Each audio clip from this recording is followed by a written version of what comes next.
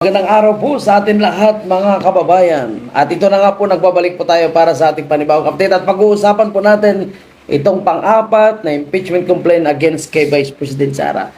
Grabe po mga kababayan po natin. Talagang walang katapusan itong kanilang kaba na nararamdaman against kay Vice President Sara. At lahat po ay gagawin po nila para lang ma-impeach lang daw po si Vice President Sara. Sisiguraduhin daw po nito mga kaliwang grupo at mga kawatan sa Kongreso. Siyempre may basbas yan ni Bongbong Marcos. Nag-uunwari lang na off-hand sila. Wala daw po silang kinalaman sa mga impeachment complaint against kay Vice President Sara. Pero malinaw po na sila rin yung mga taong dating nag-impeach kay Vice President Sara at yung mga sumusulong na matanggal po itong si Vice President Sara. Ngunit hindi po sila binibigyan ng pagkakataon na magtagumpay sa kanilang masasamang plano. And mga kababayan po natin, siyempre, ano po ba yung naging reaksyon nitong mga posibilidad, yung mga posible na magiging kalaban ni Vice President Sara? Risa Hontiveros, siyempre yung ambisyosa, no, na talagang pinopost ang kanyang sarili at gustong siya yung mapili ng tinatawag niya na Unity Team 2.0. Ibalita ko, Risa Hontiveros for President and Trillanes for Vice President. Naku, maaga pa lang, ideklara na nating talo yung mga ito. Siyempre, congratulations po sa pag-announce ni Vice President Sara. Patunay lang mga kababayan po natin na hindi po siyang takot at handang-handa na po sa bloodbath na sinasabi po ng ating Vice Presidente. Okay, kung kayo po ay bago lang sa ating channel, huwag kalimutan mag-like, mag-share, and mag-subscribe mga kababayan po natin. Shoutout dyan sa mga supporter ni Matinik Idol. Okay, so simulan natin dito kay Bini Abante. Basahin natin mula sa Batas speech. Congressman Bini Abante endorses fourth impeachment complaint against Vice President Sara. The fourth impeachment complaint was filed against Vice President Sara Duterte before the House of Representatives Secretary General si Chiloy Garafel. Ito pong Secretary General nga nung malaman nila na magpa-file ng third impeachment complaint, itong grupo po nila, Atty. Topacio, Atty. Respicio, abay nagtakas papunta sa ibang bansa. Pero itong impeachment against kay Vice President Sara, abay napakabilis silang tanggapin at hindi pa nakapasok sa pintuan, sinasalubong na mga kababayan. At ang impeachment complaint, ang nag-file ay si Attorney Nathaniel Cabrera. Hindi naman natin kilala ito kung sinong hayop na ito. Pero yung nag-endorse, kilala po natin itong hayop na taga 6th District ng Maynila. Hindi naman po siya actually nanalo. Siya ay pinapanalo lang ng kumilig. Maingat tayo. And of course, si Representative Paulo Ortiga. Itong mga taong ito, na pati siguro sa kanilang pagtulog ay iniisip nila kung paano nila mapabagsak itong si Vice President Sara. Pero nagdesisyon na po ang taong bayan na si Vice President Sara na ang uupong presidente. At maraming nga tayong nababasa na mas gusto nila na uupo agad si Vice President Sara. Hindi na kailangan antayin pa ang 2028. Paano kaya mangyayari niyan? So, abangan na lang natin. God is God.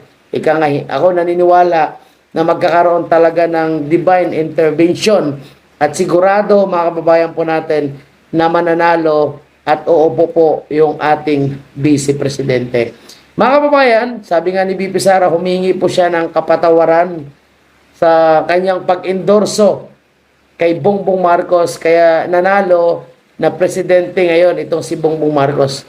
Alam mo mga kababayan po natin, marami talaga bumuto kay Bongbong Marcos dahil po kay Vice President Sara. Kaya yung sinasabi nila, mga kababayan po natin, na sinasabi ni Claire Castro na hindi lang naman daw si VP Sara yung nagpapanalo, kundi ang bumuto daw po na taong bayan. Mali po si Claire Castro. Kasi ang mga Marcos sinusuka na yan.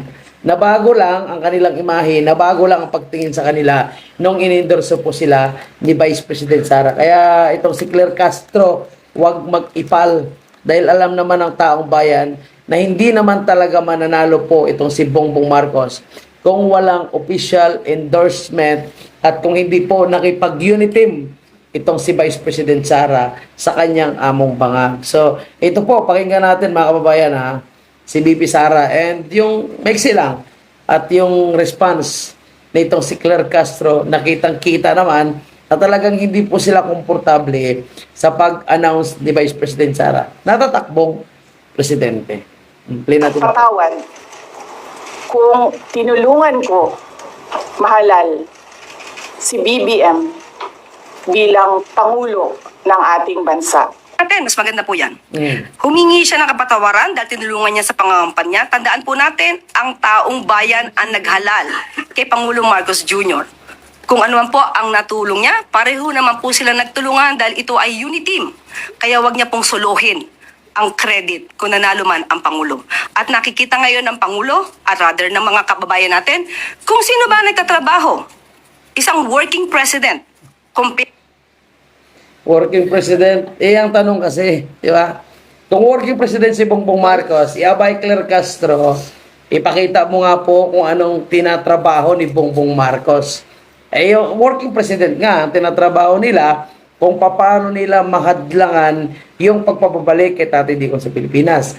Working president nga, kasi tinatrabaho nila si Vice President Sara at puro pangako lang. Tinatrabaho nila ngayon kung paano nila malusutan ang ginawa nilang pagnanakaw sa kaban ng bayan sa pamamagitan nitong billion or trillion piso na flood control project. Napakarami nilang ninakaw at ito ang kanilang tinatrabaho ngayon. And yung sinasabi ni Claire Castro na nakikita ng taong bayan kung sino nagtatrabaho, nakikita na po nila, hindi si Bongbong Marcos kundi si Vice President Sara yung tunay na nagtatrabaho. Kaya kahit anong palusot, anong propaganda ni Claire Castro, hindi na nga po effective. Kaya mantakin mo, kung talaga nagtatrabaho si Bongbong Marcos, bakit negative ang kanyang ratings? At tinanganap ni Claire Castro, sino daw yung nagbibigay ng matataas na ratings kay Vice President Sara. Yung challenge dyan, lumabas siya, pumunta sa kalsada, magtanong siya, baka makatikim pa siya ng sampal sa mga Pilipinong gigil na galit na dito po sa pananakot, pambubudol na ginagawa po nila sa sambayan ng Pilipino. At itong tila ba nagkakaroon tayo ng isang de facto martial law dahil wala nga namang official na dinideklarang martial law, pero yung mga kumakalaban at nagbibigay ng mga ebidensya, no, nagsalita against corruption ay kanilang pinapatahimik. Kaya kawawa po, alam nyo kawawa ito si Claire Castro kasi nawawala na rin yung respeto sa kanya, sa kanyang pamilya ng taong bayan. Kaya pag bumaba itong si Bongbong Marcos, hindi ko lang alam kung saan ito magtatago itong si Claire Castro. Kasi ito nga dahil sila po yung mga mastermind sa mga pagnanakaw na nangyayari po sa ating bansa. Sigurado yan sila. Kulong yan sila pag-upo ni Vice President Sara. Kaya ngayon pa lang ginagawa nila ng paraan. Mantakin mo, 4 na impeachment complaint na yung kanilang ipinail against kay Vice President Sara. Kahit alam nila na yung taong bayan ay hindi na nga naniniwala. Paulit-ulit lang na impeachment complaint ang kanilang ginagawa. Again, 125 million na confidential fund. Pero ito kay Risa Hontiveros, magkano ba insertion ni Risa Hontiveros? 3 billion. Oh, para kanino? Anong proyekto? Na-implement po ba? At ang pinakalas na tanong, magkano ang porsyento na nakuha ni Risa Hontiveros? Itong mga allocable fund na 3 billion kay Sandro Marcos, kay Martin Romualdez, kay Bini Abante, ito si Bini Abante. Takot din yan. Kasi posibleng mahalongkat itong mga pondo na nakukuha nila na sobrang laki. Pero wala po nakikitang mga proyekto sa kanilang mga distrito. Risa Hontiveros. Ano kayang reaksyon ni Risa Hontiveros? Pakinggan natin. Ma'am, do you feel that it is now more urgent given that just a few minutes ago the Vice President declared that she's running for President in 2028? Well, sabi ng mga paborito nating mga philosophers, tayo po ay may free will, so gamitin po natin. Mga kilala siyang philosopher, sana all. Hindi niya naman pinangalanan kung sinong kilala niya philosopher. Kasi nga hindi siya nabigyan ng listahan ng kanyang abogado. Ito magandang tanong para sa atin lahat.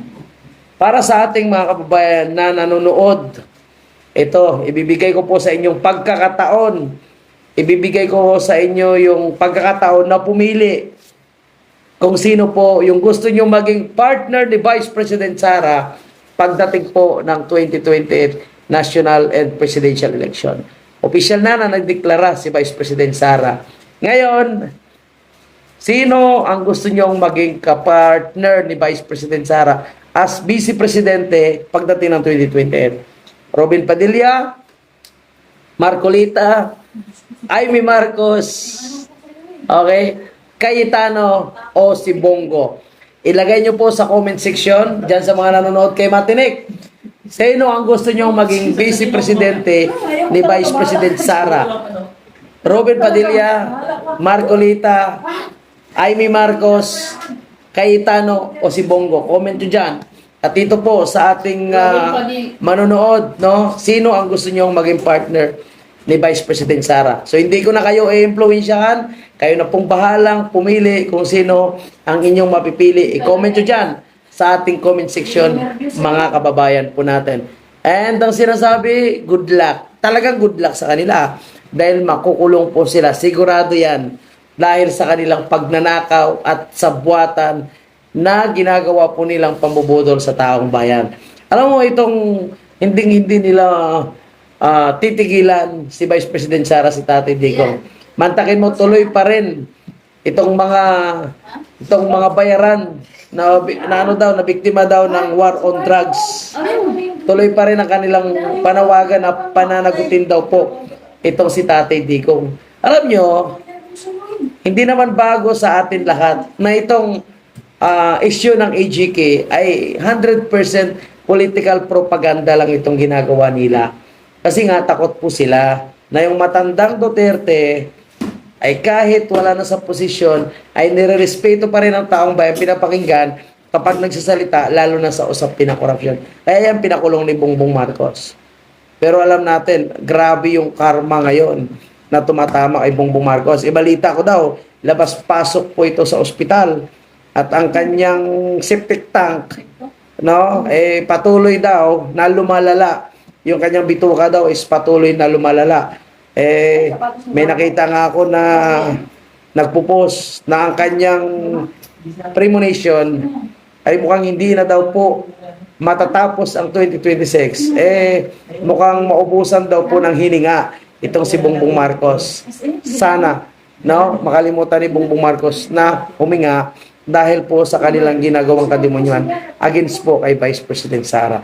Ito sinasabi ko sa inyo, mga kababayan po natin, no? Okay?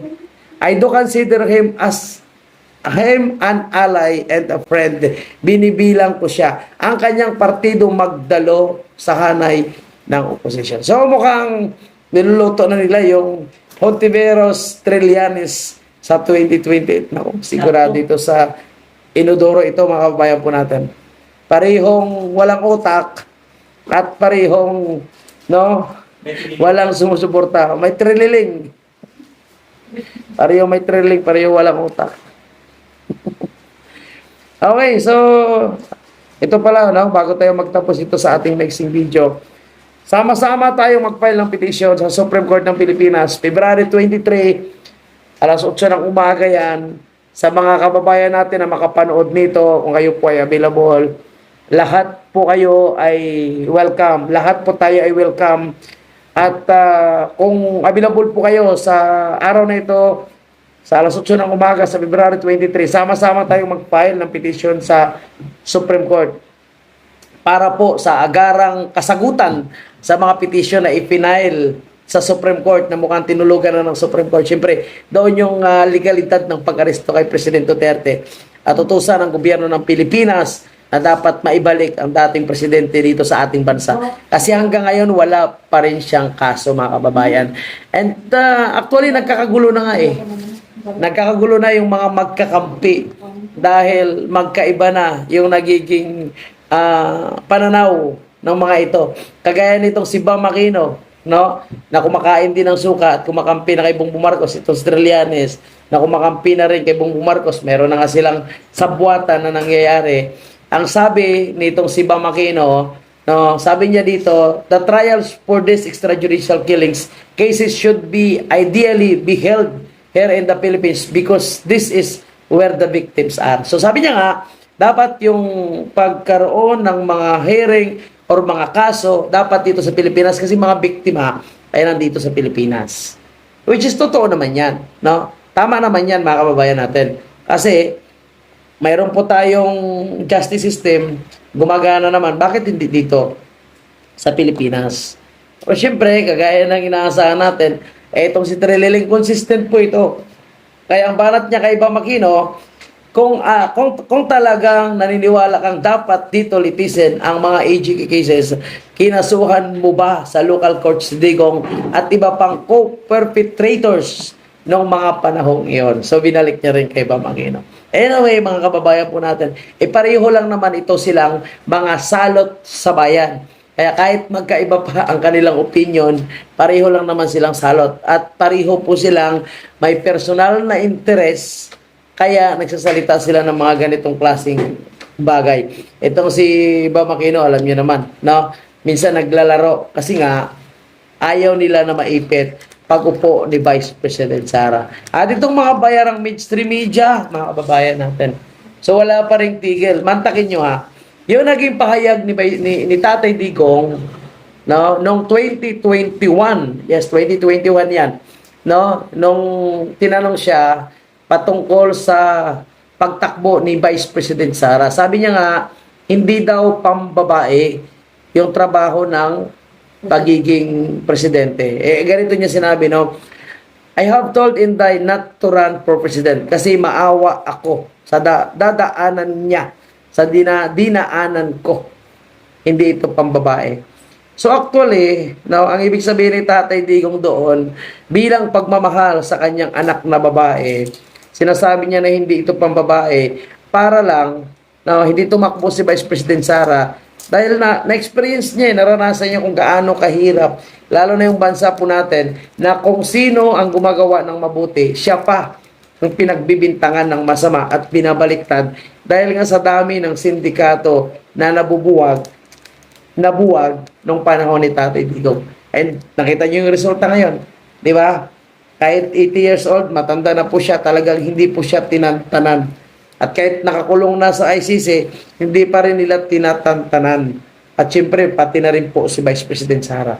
Pero dahil, sabi niya nga, maldita ito, kung gaano siya katapang, syempre matapang si Vice President Sara. No? Ngayon, pinanindigan ni Vice President Sara na siya ay matapang at mas matapang sa kanyang ama. Kaya kahit sinasabi ni Tatay Digong na hindi ito pambabae, papatunayan ngayon ni BP Sara na kaya niya magpatakbo, kaya niyang labanan itong mga sakim, kaya niyang durugin itong mga sakim na ito, itong mga magnanakaw na ito. And ngayong araw sa kanyang pagdeklara na tatakbo bilang presidente sa 2028. Alam ko na kung alam ito ni Tatay Digong, masaya siya dahil isa na namang bagay na patunayan ni Vice President Sara na kaya niyang lumaban kahit pa sa mga barako, kahit pa dito sa mga gustong mangapi sa kanya. Kaya niyang lumaban, kaya niyang manindigan. Bloodbath nga eh. Kaya yan po yung ating pakabangan. Ngayon pa nga lang, no, nakita niyo po mga kabayan kung gaano po sila kadesperado na durugin po itong si Vice President Sara. Pero tandaan niyo ha, aminado po, pati itong mga makakaliwang grupo, aminado po itong sa Laila de Lima na talagang mahirap kalabanin po itong si Vice President Sara. Aminado sila Aminado sila na talagang si BP Sara ang pinakamalakas ngayon na kandidato sa pagka-presidente pagdating po ng 2028 national election. Siyempre, nagpapasalamat po tayo sa ilang mga kalyado ng Duterte na nagpapahayag ng kanilang suporta. PDP Laban at Attorney Lambino, no? Attorney Vic Rodriguez. O pakinggan muna natin kay Attorney Lambino na naging statement. Sir, magandang hapon. Ano po ang reaksyon ninyo bilang parte po ng PDP Laban sa naging announcement po ni Vice President Sara Duterte na siya po tatakbong Pangulo sa 2028? At tuwang-tuwa tayo, lalong-lalo sa PDP Laban. At matagal na po natin inaabangan yan na kung kailan magdideklara si VP Sara sa pagtakbo niya bilang Pangulo sa 2028. At sa tingin natin ay ito yung tamang panahon para po siya ay nag-declare na nga. Kaya lahat po tayo sa PDP Laban ay tuwang-tuwa sa naging deklarasyon ng ating minama. Yun, si Atty. Lambino. Alam naman natin si Atty. Lambino, solid talaga na Duterte yan. Kaya salamat sa iyong suporta din kay Vice President Sara. At sa ibang mga leaders, sa ibang mga solid, matapang, na may paninindigan. At hindi po sila natakot, no, na mag-announce na suportado nila yung pagtakbo ni Vice President Sara. Mayroon lang medyo balimbing, lalong-lalo na po yung gobernador ng Cebu. Oy, Pambari 4, shoutout sa'yo, no? Si Tate Digong yung nagpapanalo sa kanya. Pero ngayon, ayaw nyo muna magpakita ng suporta kay BP Sara kasi focus daw muna sa kanyang trabaho. Ayaw nyo daw muna ng pamumulitika. Bisyosa ka. Okay. So, yan lang po yung ating update, mga kababayan natin. Maraming salamat. Again, February 23, 2026, alas 8 ng umaga, kita-kits po tayo sa Supreme Court para sa pag-file ng petition. Ito po yung mga nakalap natin na mga signature sa buong Pilipinas, Luzon, Visayas, Mindanao. At ang bilang niyan, malalaman din po natin sa 23 kung nakailan na nga po ba tayong signature na nakokolekta. Mabuhay kayo lahat, mabuhay ang bansang Pilipinas.